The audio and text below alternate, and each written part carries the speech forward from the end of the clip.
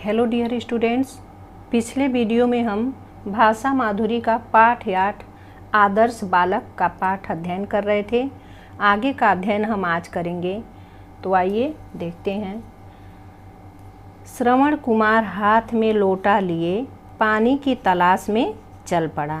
तलाश यानी खोज में चल पड़ा। पास में सरयू नदी बह रही थी।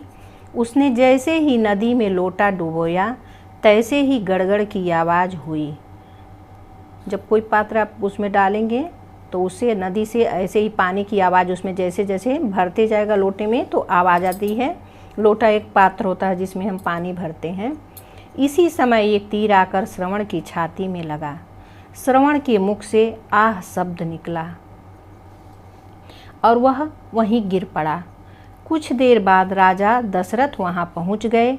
उन्होंने श्रवण की छाती से तीर निकाला और कहा, मैंने तो किसी डरावने पशु को नदी में पानी पीता जानकर बाण चलाया था, मुझे क्षमा कर दें। बाण यानी तीर चलाया था। श्रवण ने कहा, जो होना था वो तो हो गया। आप मेरे अंधे माता पिता को पानी पिला दें। नारायण नारायण कहते हुए श्रवण कुमार ने प्राण त्याग दिए। त्यागना मतलब उनका प्राण निकल गया। राजा दशरथ जल लेकर बहंगी के पास पहुँचे जिसमें वो लोग बैठे थे, उनके माता पिता। उन्होंने जल का लोटा श्रवण के पिता के हाथों में देते हुए कहा, महात्मन मेरा प्रणाम स्वीकार करें और यह जल पी लें। पिता ने जल नहीं लिया। उन्होंने सोचा, श्रवण को तो मालूम है कि प्यास माँ को लगी है, यह पानी मुझे कौन दे रहा है। आवाज़ भी श्रवण की नहीं है। संदेह के कारण उन्होंने पूछा, तुम कौन हो। राजा दशरथ का मन दुख से भर गया। वह बोले, महात्मन मैं राजा दशरथ हूँ, आपके लिए जल लाया हूँ।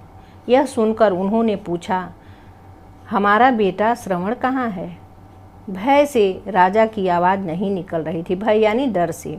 उन्होंने सारी घटना बताते हुए अपने अपराध की क्षमा मांगी। उनसे राजमहल में रहने का निवेदन किया। श्रवण के माता पिता तो पुत्र के वियोग से दुखी थे। बिछुड़ने से, वियोग यानी बिछुड़ने से दुखी थे। शाप देते हुए उन्होंने कहा, हे दशरथ, हम अपने पुत्र के वियोग में तड़प तड़प कर मर रहे हैं। तुम भी अपने पुत्र के वियोग में तड़पते हुए प्राण त्यागोगे। ऐसा कहकर वे दोनों परलोक सिधार गए। उनके मतलब परलोक चले गए, उनका देहांत हो गया। धन्य है वे बालक बालिकाएं जो माता पिता की सेवा करते हैं।